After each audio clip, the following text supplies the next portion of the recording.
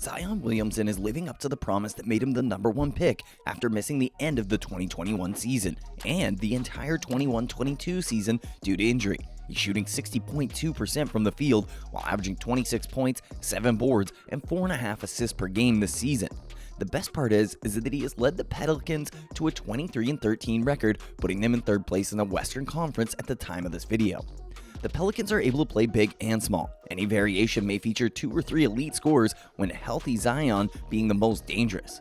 Having a top 10 player on the team has always been a requirement for winning a championship, and Zion appeared to have the potential to be that level of player during his breakout 2021 season, and he had to watch his teammates from the start of the campaign until the bitter end in 2022.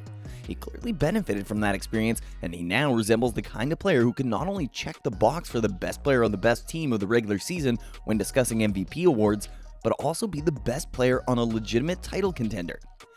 Check him with a large man, Zion's too fast. A fast wing, Zion's too powerful. Send help on defense, better be on time, and they do not enter the picture too late.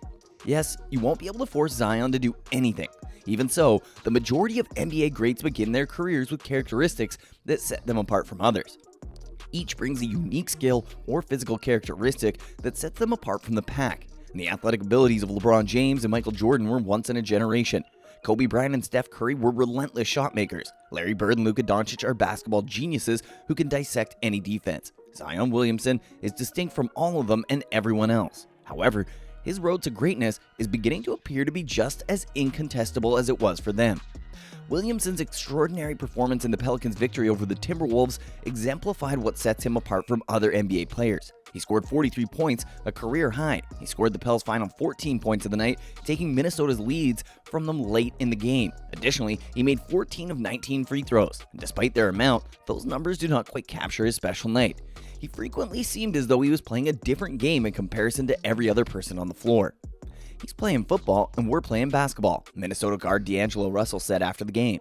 We can't touch him or guard him, so good for him. And this was Russell's deliberate insult to the Wednesday night's officiating crew and possibly Zion himself. In fact, Russell accurately outlined what set Zion apart from other historically great offensive players. He has a mix of actual qualities rarely found in somebody his size: speed, explosiveness, strength, touch, and body control. However, his relentless approach as a scorer is what sets him apart. He plays basketball in the same way that Marshawn Lynch, a former Seahawks running back, once described his football playing style. He hits you again and again and again and again until you wear out. Zion will swiftly pass through any wall the defense attempts to put. He will simply cut a larger hole in the wall if they attempt to put up a bigger one. The 9 other players on the court are aware of Zion's intentions whenever he touches the ball. The arena is aware of it too. Despite this, stopping him is still difficult. And that was true once more this past week. 20 of his shots were in the paint, and only 2 were outside the restricted area against Minnesota. Rudy Gobert, a 3-time Defensive Player of the Year and one of the best rim protectors of his generation, couldn't even stand in his way. He was treated by Williamson as merely another obstacle in his path. I've never seen anything like him. I've played with different types of players, scorers, and guys who score in a variety of ways, but never someone who's so paint dominant, teammate CJ McCollum said. Everything is predicated on drives to the paint. The ability to make the right plays and be able to handle and move the way he does, the fluidity in his movements, but also the body control on his jumps. I don't think I've ever seen anything like that, and I don't think we will again. To keep defense honest, the majority of great scorers add counters to their games. Giannis Antetokounmpo and Ja Morant, 2 paint-dominant players, add a few jump shots to give the defense a different look or, at the very least, give themselves a break.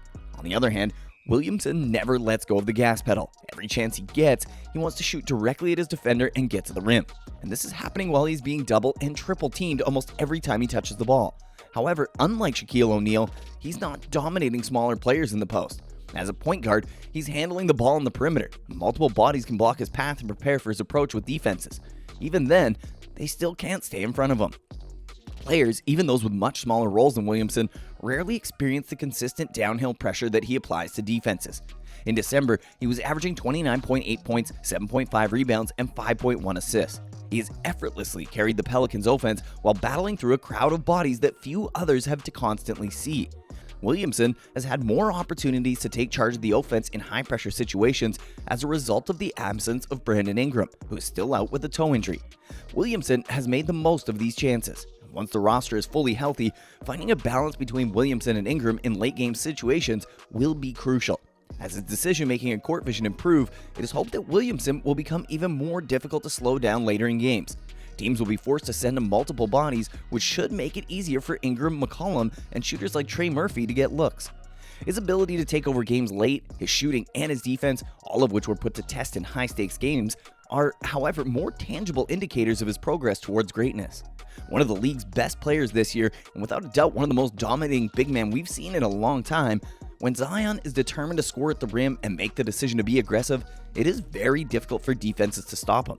He can't be stopped not only because he scores, but also because he can make plays. With Zion Williamson on board, it's clear that the New Orleans Pelicans are a dangerous team. They are currently ranked third in the Western Conference, just behind Denver and Memphis.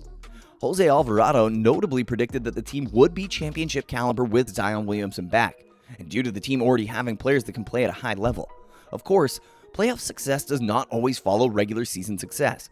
Due to the weakness on their roster being exposed, excellent playoff teams have previously failed. Nonetheless, the New Orleans Pelicans appear to have the recipe to come out on top for a title. A 3-level scorer in Brandon Ingram, a dominant paint scorer in Zion Williamson, and numerous elite role players in Jose Alvarado, Herb Jones, and Trey Murphy, they're set up to be good for a long time. And let's hope they actually win a championship in the future. What do you think about Zion Williamson? Could he win the MVP this year, or maybe even next if he continues to defy critics? Can he lead the Pelicans to a championship? Let me know your answer in the comments down below, and don't forget to like this video and subscribe to our channel. Thanks for watching.